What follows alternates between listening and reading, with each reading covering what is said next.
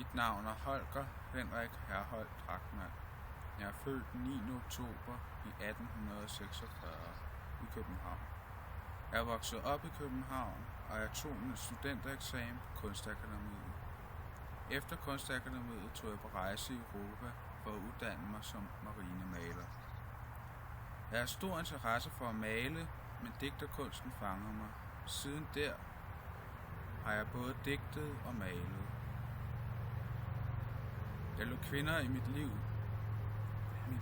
være inspiration til mine digte. Og så tog jeg også til Skagen for at male og digte. Samfundets opfattelse af mine digte var til tider forfærdelig.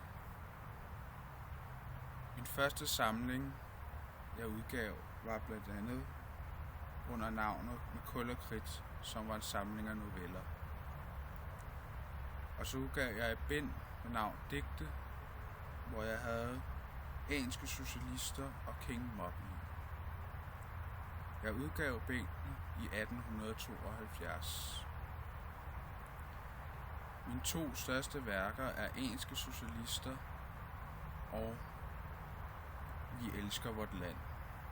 Jeg døde i Hornbæk i 1908.